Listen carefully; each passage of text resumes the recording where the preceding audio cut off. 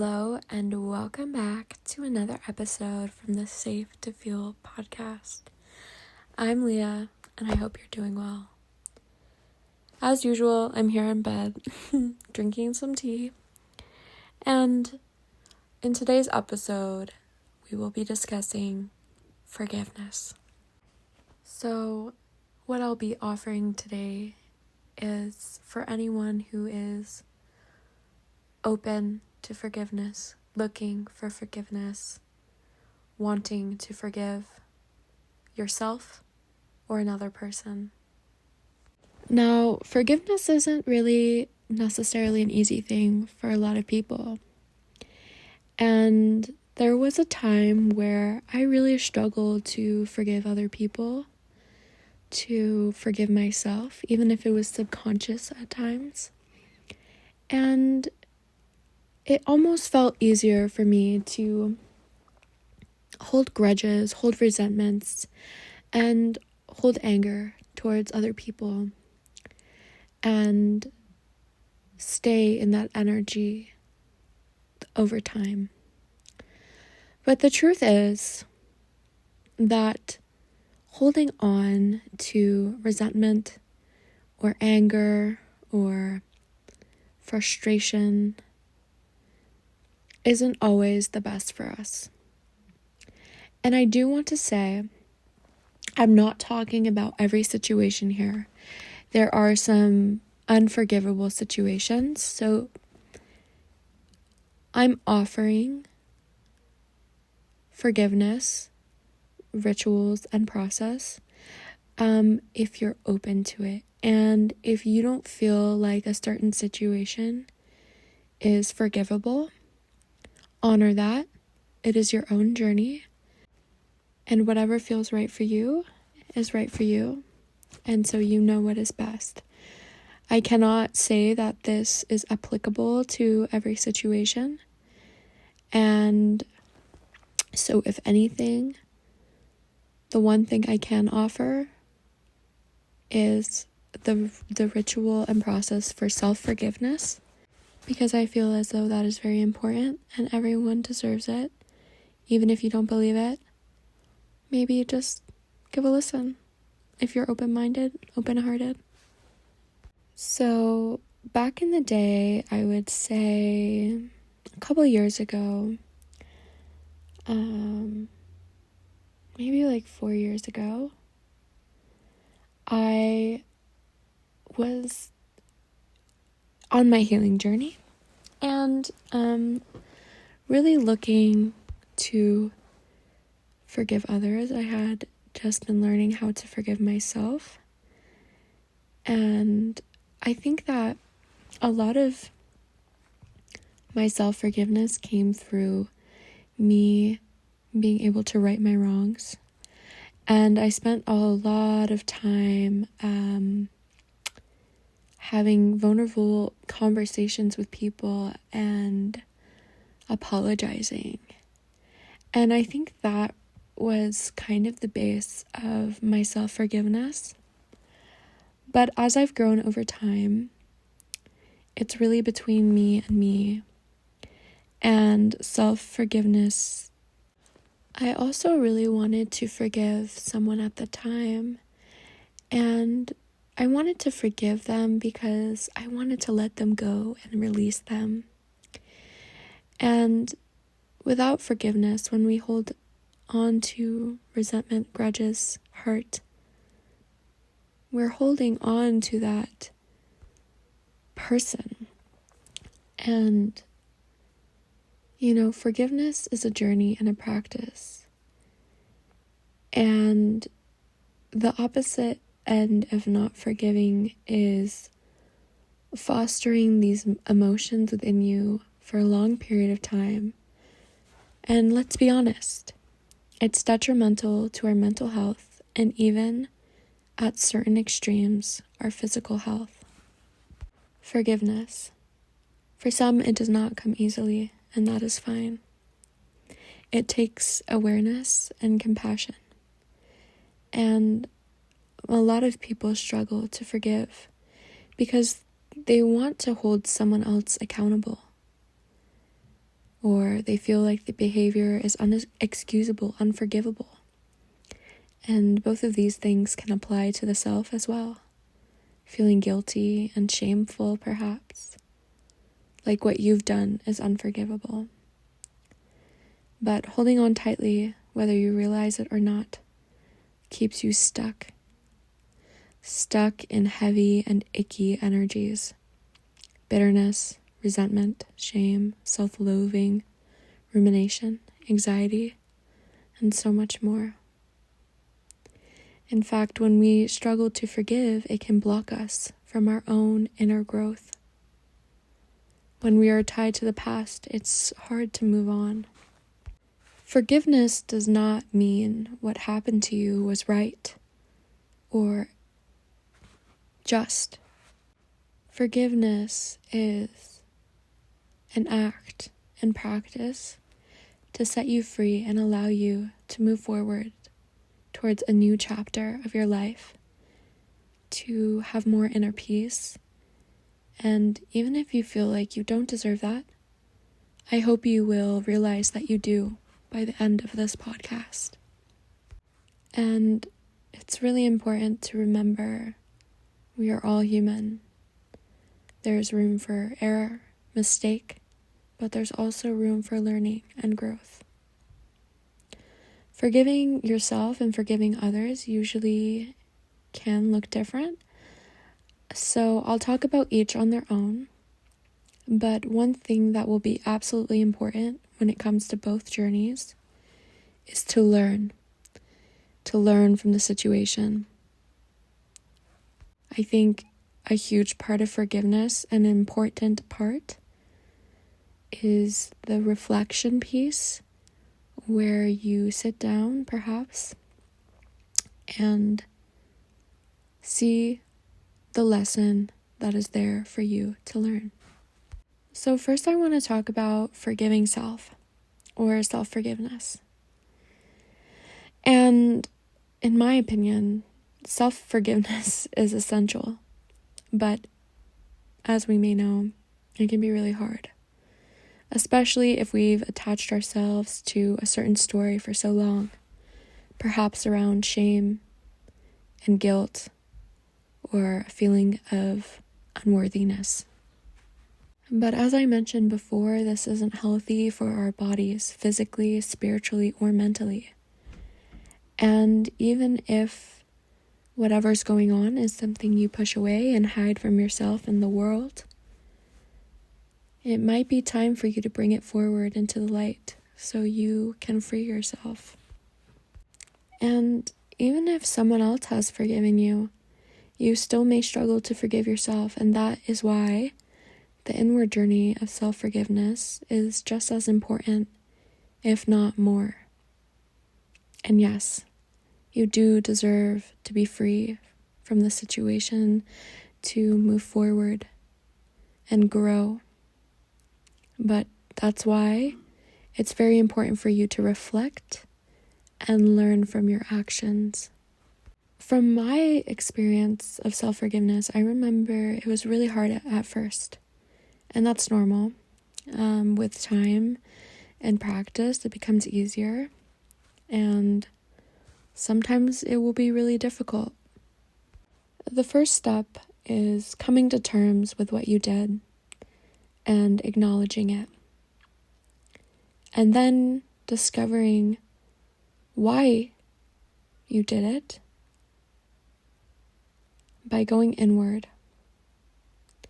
This takes courage and honesty with yourself, and it's important that you see yourself, even if the darkness arises. Do not push away. Notice it, acknowledge it, bring it to the light. It can be really uncomfortable to process, to see, but it's essential for your inner growth. And I encourage you to go as deep as you can. You might have feelings that come up that you think are shameful, but go deeper. There is a need and a feeling beneath perhaps the shame. Let's say shame is the feeling that comes up. Go deeper by asking yourself questions. Why do I feel shameful about this action? Why did I do this action? The deeper you go, the closer you will get to the root. The next step is about learning. So once you've connected to this part of yourself and brought it forth into the light, it's time to reflect on the lesson you learned or what you can learn from this situation. And this can be done through a mindfulness practice, sitting in silence, meditation, and writing or speaking to yourself out loud somewhere in private. I prefer nature, somewhere out in nature.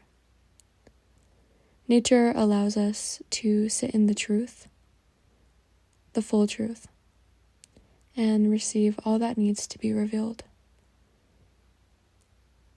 Once we've gone through this process, then we come to a place of self-compassion and forgiveness. For the next part, you may want to take some time to sit somewhere comfortable, breathe, and connect to your heart space, which is in your chest.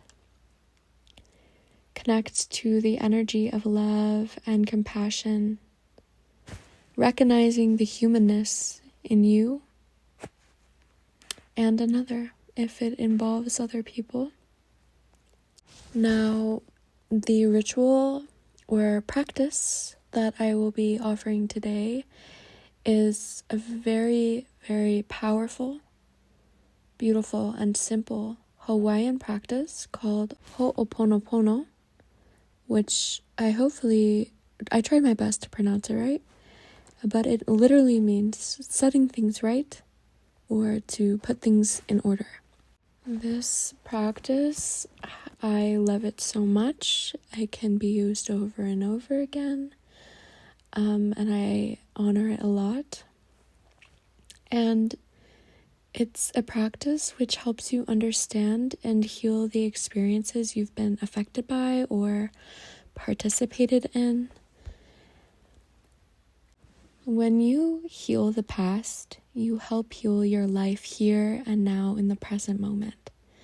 And this Hawaiian tradition teaches us that all life is connected. And so Ho'oponopono heals ourselves, others, and the world. So there are 4 parts to this prayer: repentance, forgiveness, gratitude, and love. And when and if you decide to take part in this healing, I want you to find a quiet space where you won't be interrupted. And honestly, it's a quick, practice. It's nothing too long, but that can depend person to person. So get comfortable into a meditative space, either in front of a mirror, or you can close your eyes and envision that version of you who participated in whatever event or situation. And just envision that version of you in front of yourself. Or if you're looking into the mirror, look into your eyes, look at yourself in the mirror. Take a deep breath in and say, I am sorry. Please forgive me. Thank you. I love you. And this is optional, but I like to hug myself afterwards. You can repeat this prayer again if you feel called to. But this prayer has a lot of power, and you may feel better right after or slowly over time. If you are also wanting to repeat this prayer for the person that may have been involved in a certain situation with you, you can do so if you feel called so. And just envision that person you may have hurt. And the same thing. I am sorry. Please forgive me. Thank you. I love you. It may not seem like much, but together this entire process is more powerful than you may realize. Now let's talk about forgiving others. And usually when you feel done wrong by someone, you just want them to apologize and to own up to their actions. But unfortunately, most times that's not the case and doesn't usually happen. And when it does happen, do you find yourself still feeling hurt or resentful even after they apologize? Or maybe you might think someone or people who have apologized don't deserve to be forgiven. I will say though, situations, as I did before, vary, and this might not be the right time and place to receive this information. This is only an offering for people who are wanting to forgive and are ready and or open-minded and hearted. The ego has been let go of, and yes, but there are different situations, and if you have trigger warning, I'm giving it now.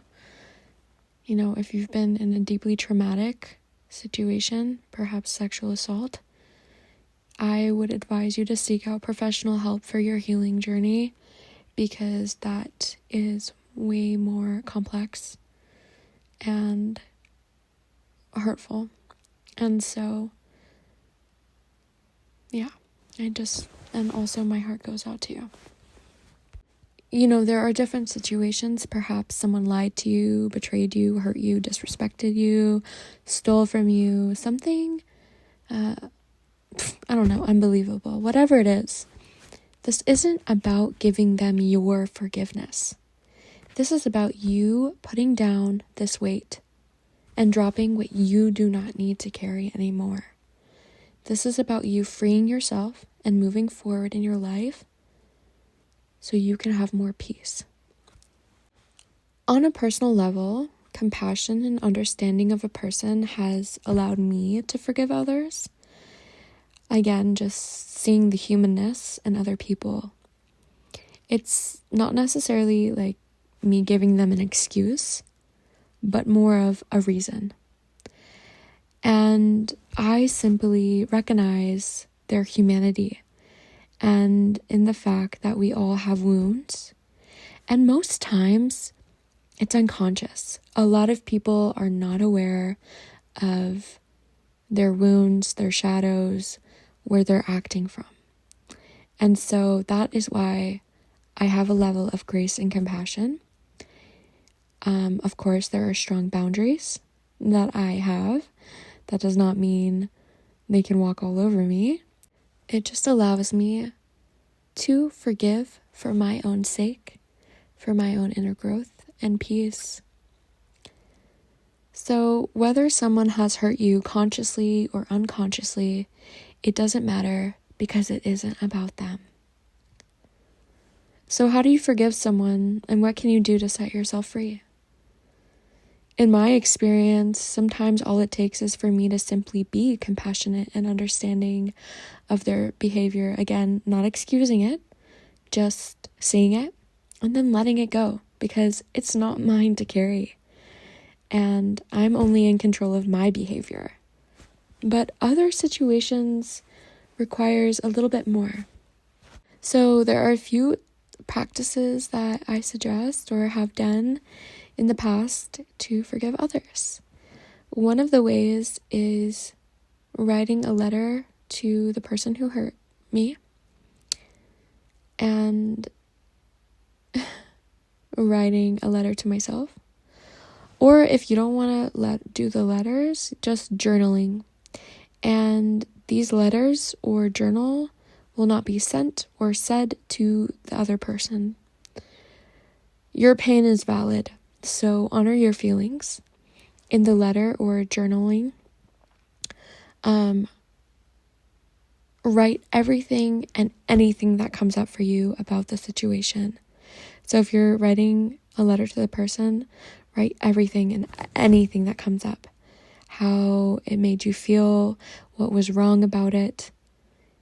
And sometimes, not always, this process can include yourself, like writing a letter to yourself, just reflecting on your part of the situation. And like I said, if you don't want to do the letter thing, it can simply just be a journal practice. After you've done your writing and kind of gotten out all your thoughts and feelings around the situation, the next step is to sit and reflect. And just see if you are able to cultivate some compassion or understanding. Now, this will require some open-mindedness. If you are holding a grudge or you're too in your ego, you may not be able to release. So if you are ready to put down the ego and let go of the grudge, let go of old ways of thinking, you can perhaps cultivate some compassion or understanding. Something that might help is asking yourself, have I ever done something like this before? Have I ever been in their shoes? How can I empathize with this person? And if it's like, I would never do that, and it's like a betrayal and you're just like, I would never do that, it's unbelievable, maybe you can't find compassion or understanding for why they did what they did. All you know is that it hurt you and it was wrong, and that is so valid too. That's completely fine as well. Whatever works for you, works for you. Like I always say, you know what's best for you. So just recognize that someone else's behavior is not a reflection of you, but a reflection of their own inner world and level of self-awareness. And, if you are struggling to find compassion, maybe it's not about like something you would ever do what they did or have. Maybe it's just about reflecting and, maybe at some point in your life, you've hurt people unintentionally or intentionally. You've made mistakes, you've done things you aren't proud of. And by acknowledging this, it helps you recognize that all of these things are a part of being human, growing, and learning. Another way I've gone about it is removed the title. For example, when I was forgiving my mom and or my dad, I took away their role and I saw them for who they are, for their life experiences, what they've been through, which really allowed me to have compassion and empathy for them. After this sort of process in your journal or at the end of the letter, extend your forgiveness to the other person. You can address how it wasn't right, how you do not tolerate their behavior, but you do forgive them. And if you want, you can burn these letters. I think burning letters can be powerful, as it's a symbol of releasing and transmutation, letting it burn away and dissipate into the air. But when it comes to forgiving others, I use the same practice that I mentioned in forgiveness of the self. So I use oponopno prayer for other people as well as myself, right? So maybe, I do this prayer for myself because I didn't have strong boundaries at the time, or I didn't speak up for myself when someone else wronged me or whatever. But also, I like to do it with the other person, imagining the person in front of me. And I think this is why the reflection part is really necessary, because, it will, of course, depend on your situation. But I guess here's kind of like an example of what I'm talking about. So like when imagining the person who hurt me, if I want, of course, be in tune with yourself, you know. I'm not saying anything, it should be a certain way.